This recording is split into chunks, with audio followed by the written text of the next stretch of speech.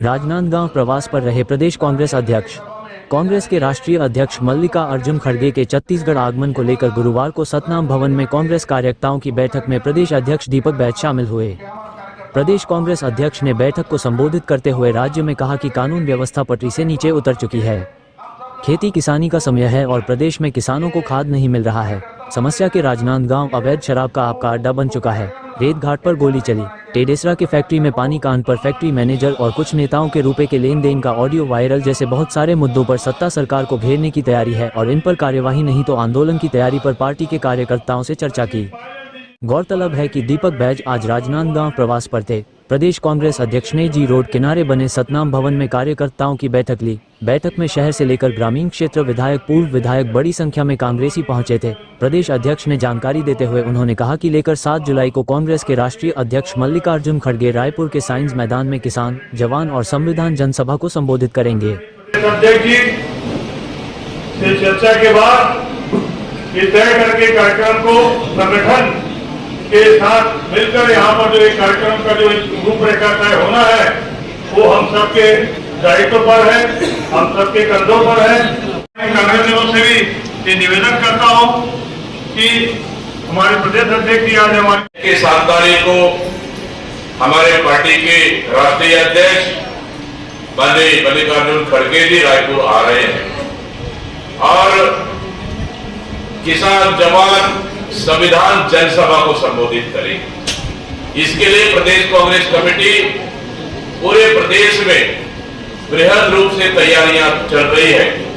उसी के तारतम्य में मैं आज आप लोग के बीच में आया हूं। हम लोग मिलकर बृहद रूप से तैयारियां कर रहे हैं। हम लोग के लिए चुनौती है कि बरसात भी है और खेती किसानी भी है। ये दोनों परिस्थितियों में हम लोग इस कार्यक्रम को सफल बनाने के लिए सबसे बड़ा चुनौती है और उस चुनौती के लिए हम लोग को हर संभव तैयार रहना चाहिए। इसलिए आज हम लोग बैठक हम लोग रखे हैं। आदरणीय साथियों, सबसे पहले यह है कि हम लोग राजनांदगांव जिला मुख्यालय लगभग 75 से 80 किलोमीटर, थोड़ा सा डोंगरगांव, खुज्जी और डोंगरगढ़ को हम लोग देखें तो थोड़ा सा पीछे है, जहां हो सके 120-130 किलोमीटर की एरिया भी आ सकती है, 20-30 किलोमीटर और एरिया बढ़ सकती है। उन परिस्थितियों में हमारे पास इस जिले में 4 विधानसभाओं में 3 विधायक हैं, तो इसलिए चारों विधानसभा राजनांदगांव जिले दोनों मिलकर कितना आना चाहिए जिले से, कितनी संख्या में आना चाहिए?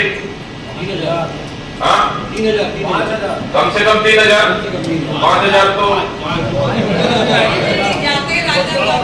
गरीब वैसा वाला काम ही नहीं है। 5 बोले और 2 आने वाला काम ही नहीं है। वो एक गाड़ी गिनेंगे पर बारिश ने बना दिया। कोई पास नाका, टोल नाका रहेगा, पुल रहेगा, गाड़ी सामने स्टिकर लगा लो।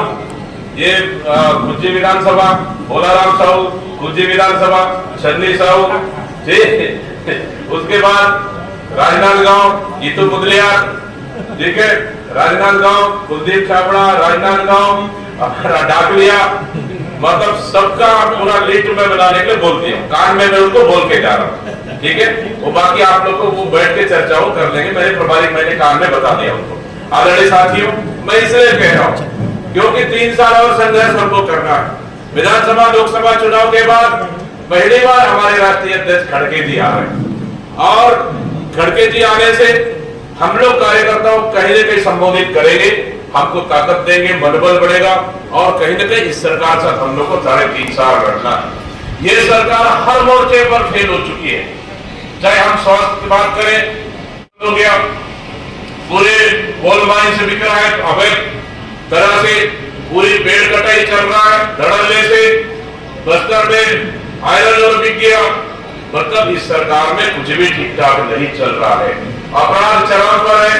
राजनांदगांव में जैसे गोलियां चल रही है, चाहे रेत तस्करी की बात हो, चाहे दारू तस्करी की बात हो, सब चीज चरम पर है। मतलब ऑल ओवर देखे ये सरकार चारों काने पूरी तरह से पस्त हो चुकी है और कहीं न कहीं अगर हम लोग हर कार्यकर्ता घर से बाहर निकलकर थोड़ा सा कार्यकर्ताओं के जनहित मुद्दों को अगर लड़ाई लड़ेंगे तो स्वाभाविक है आने वाला 3 साल सरकार लाने में कोई दुनिया की ताकत आप लोग को नहीं रोक पाएगी। जो आज कांग्रेस का दुकान में बिक रहा है, आप तो सी मार्ट, डी मार्ट, वहां पे भी दारू बिक रही है।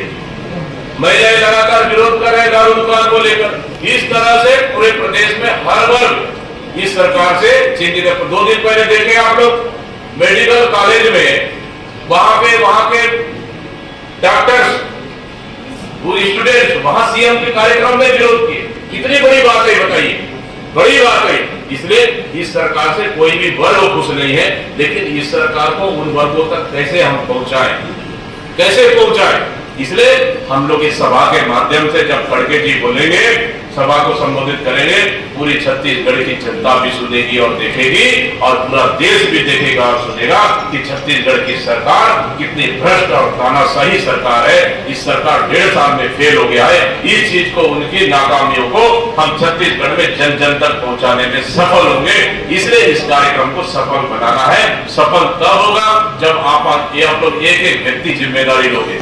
मेरे पास आज हम लोग खैरागढ़ और डोंगर, खैरागढ़ और राजनांदगांव 2 जिलों में बैठकें हुई और अभी जस्ट राजनांदगांव शहर और ग्रामीण दोनों कांग्रेस कमेटियों का बैठक हुई और काफी संख्या में हमारे कार्यकर्ता उपस्थित थे, दोनों हमारे शहर और ग्रामीण अध्यक्षों के नेतृत्व में।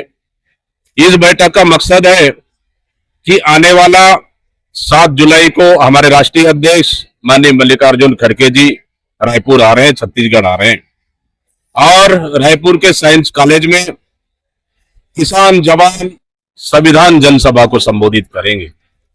क्योंकि इस सरकार में 1.5 साल की सरकार पूरी तरह से फेल हो चुकी है। किसानों के लिए खाद बीज नहीं है, युवाओं के लिए नौकरी नहीं है, संविधान लगातार खतरे में है। इस तरह से सभी मोर्चों में सरकार फेल हो चुकी है। इसलिए छत्तीसगढ़ की जनता कांग्रेस को और छत्तीसगढ़ जनता को संबोधित करेंगे और सरकार की नाकामियों को जन जन तक पहुंचाएंगे और कांग्रेस के कार्यकर्ताओं को इस बहाने रिचार्ज भी करेंगे। तो इसलिए उसकी तैयारियों के लिए आज हम लोग राजनांदगांव जिला मुख्यालय में बैठक हुई और आज की इस बैठक में सबको ऑलरेडी तैयारियां कर रहे हैं। तो मैं फीडबैक लेने आया था, कम से कम यहाँ इस राजनांदगांव जिले से हजारों कांग्रेस के कार्यकर्ता और किसान और जवान यूथ यहाँ से शामिल होने के लिए हमारे 7 तारीख के कार्यक्रम में शामिल होने आ रहे हैं। ये सब मुद्दा हमारे इस कार्यक्रम में शामिल होंगे।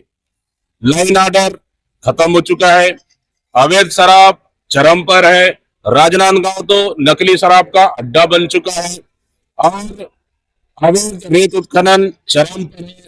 मतलब सरकार में कोई भी चीज का नियंत्रण नहीं है।